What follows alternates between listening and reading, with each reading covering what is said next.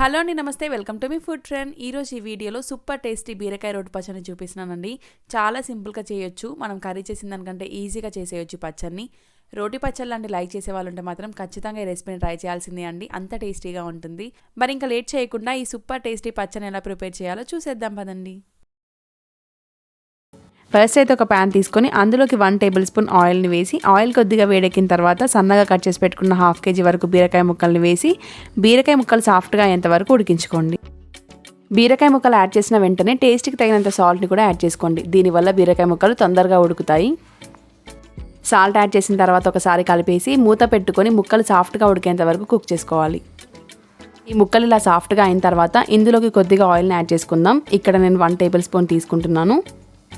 ఆ తర్వాత ఇందులోకి టేస్ట్కి తగినట్లుగా 10 నుంచి 12 పచ్చిమిర్చిని అలాగే 5-6 వెల్లుల్లి రెబ్బల్ని కూడా యాడ్ చేసి 2 నుంచి 3 నిమిషాల పాటు బాగా ఫ్రై చేసుకోండి. ఆ తర్వాత ఇందులోకి 1 టేబుల్ స్పూన్ వరకు నువ్వులని అలాగే 1/2 టీ స్పూన్ వరకు పసుపుని వేసి ఒకసారి కలుపుకోండి. ఈ పచ్చిమిర్చిని యాడ్ చేసిన తర్వాత ఒక 4-5 నిమిషాల పాటు బాగా ఫ్రై చేసుకోవాలండి. ఇలా ఫ్రై అయిపోయిన తర్వాత స్టవ్ ఆఫ్ చేసి పూర్తిగా చల్లారనివ్వండి. ఆ తర్వాత మీ ఇంట్లో రోలు ఉంటే రోట్లో దంచుకోండి, చాలా బాగుంటుంది టేస్ట్. లేదంటే మిక్సీలో అయినా సరే వేసి కచ్చాపచ్చాగా దంచుకుంటే సరిపోతుంది. మనం వెజిటేబుల్స్ని సాఫ్ట్గా కుక్ చేసుకున్నాం కాబట్టి చాలా ఈజీగా ఒక 3-4 మినిట్స్లోనే మెదిగిపోతుందండి.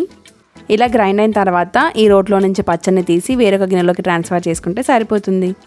ఇలా పచ్చడిని వేరొక గిన్నెలోకి ట్రాన్స్ఫర్ చేసుకున్న తర్వాత ఈ పచ్చడికి తాలింపు పెడదామండి. దానికోసం ప్యాన్లోకి 1 టేబుల్ స్పూన్ ఆయిల్ని వేసి ఆయిల్ కొద్దిగా వేడెక్కిన తర్వాత 1 టేబుల్ స్పూన్ వరకు పోపు గింజలు అలాగే కొద్దిగా కరివేపాకును 2 నుంచి 3 ఎండుమిర్చిలను కూడా యాడ్ చేసి ఒకసారి కలుపుకోండి.